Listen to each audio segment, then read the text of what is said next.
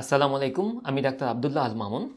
আমি একজন মনোরোগ বিশেষজ্ঞ হিসেবে কর্মরত আছি জাতীয় মানসিক স্বাস্থ্য ইনস্টিটিউট ও হাসপাতাল, ঢাকায়। আমি বিষণ্ণতা সম্পর্কে কয়েকটি তথ্য আপনাদেরকে দিতে চাই। বিভিন্ন সময় বিভিন্ন কারণে আমাদের মন খারাপ থাকে, কিন্তু এই মন খারাপটাই একটা রোগে হতে পারে।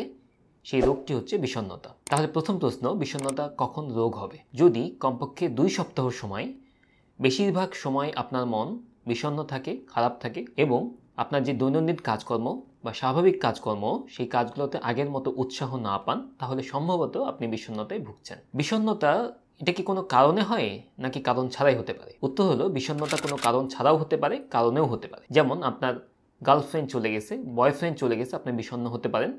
আবার কোনো কারণেই আপনার সব কিছু ঠিক আছে, তারপরও বিষণ্ণতায় ভুগতে পারেন। বিষণ্ণতায় কী পরিমাণ মানুষ ভুগছেন? WHO বা বিশ্ব স্বাস্থ্য সংস্থার তথ্য মতে সারা বিশ্বের প্রায় 5% মানুষ, অর্থাৎ প্রতি 100 জনে 5 জন বিষণ্ণতায় ভুগছেন। বিষণ্ণতায় ভুগলে ক্ষতি কী? বিষণ্ণতা আমাদেরকে কর্মহীন করে ফেলে, আমাদের কর্ম উদ্দীপনা কমায় দেয়, ফলে আমাদের কাজের গতি কমে যায় এবং একটা বিশাল মানব গোষ্ঠী বিষণ্ণতার কারণে কর্মহীন হয়ে পড়ে।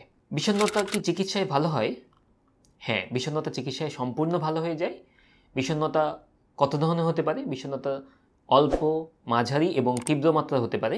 যদি অল্প মাত্রায় বিষণ্ণতায় আপনি ভোগেন, তাহলে কাউন্সেলিং বা সাইকোথেরাপির মাধ্যমেই ইনশাআল্লাহ সুস্থ হয়ে যাবেন।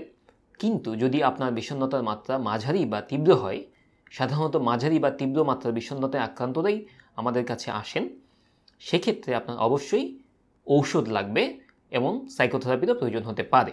বিষণ্ণতা যেহেতু চিকিৎসায় ভালো হয়, আমাদের উচিত বিষণ্ণতার চিকিৎসা নেওয়া। বিষণ্ণতা আর কি ক্ষতি করতে পারে?